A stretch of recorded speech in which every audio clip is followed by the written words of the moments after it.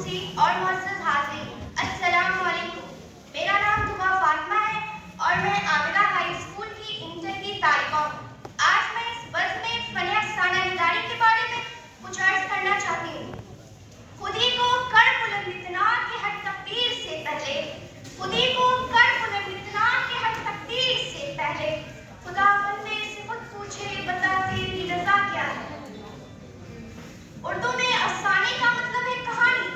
داستان، ناول اور افسانہ دراصل ایک ہی نسل صنف کے مختلف روپ ہیں۔ ان تینوں کی بنیادی خصوصیت ایک ہے اور وہ ہے قصہ پر، یعنی ہر قدم پر یہ جاننے کی خواہش کہ آگے کیا ہوا اور اس کے بعد کیا ہونے والا ہے۔ یہ کہانی پر یا قصہ پر ہی افسانوی ادب کی جان ہے۔ افسانہ سے مراد ایسی نثری کہانی جس میں زندگی کے کسی ایک گوشے یا رخ کو کم سے کم الفاظ میں بیان کیا جائے۔ افسانہ مغربی ادب سے مستعار لیا گیا ہے، لیکن ادھر افسانے میں بہت تبدیلیاں ہوئی ہیں اور افسانے کی کوئی ایک تعریف مکمل نہیں کی جا سکتی۔ دراصل بدلتی ہوئی زندگی اور زمانے کے بدلتے ہوئے مزاج کے ساتھ ساتھ افسانے کی پیشکش اور حیرت میں بھی تبدیلیاں ہو رہی ہیں۔ پرانے زمانے میں افسانے زیادہ تر زبانی شکل میں ہوتے تھے۔ قدیم تہذیب جیسے مصری، یونانی اور ہندی ادب میں کہانیوں کی شکل میں انسانی تجربات کو بیان کیا گیا۔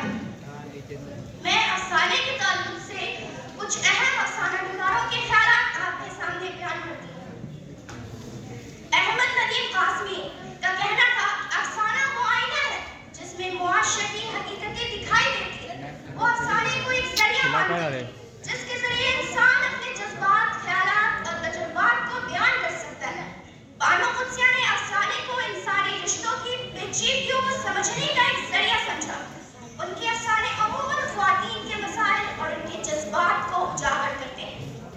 علی اکبر ناطق نے افسانے کو سماجی تبدیلی کا ایک ذریعہ سمجھا۔ ان کے مطابق افسانے کی طاقت یہ ہے کہ یہ معاشرتی مسائل کو اجاگر کرتا ہے اور لوگوں کو سوچنے پر مجبور کرتا ہے۔ خلاصہ یہ ہے کہ افسانہ نگاری ایک احمد صنف ہے جس سے انسانی تجربات، خیالات اور جذبات کی عکاسی ہوتی ہے۔ مختلف افسانہ نگاروں کے خیالات اس بات کی تائید کرتے ہیں کہ یہ صرف تفریح کا ذریعہ نہیں بلکہ انسانی زندگی کے مختلف پہلوؤں پر غور و فکر کرنے کا موقع بھی فراہم کرتی ہے۔ اس طرح افسانہ نگاری نہ صرف ادب کا حصہ ہے بلکہ انسانی تجربات کی عکاسی کرنے والا ایک اہم ذریعہ بھی ہے۔ اور آخر میں آپ تمام حضرات کا شکریہ ادا کرتی ہوں کہ آپ نے اس تقریب کو منعقد کر ہم طالبہ میں علمی ذوق و شوق پیدا کیا۔ شکریہ۔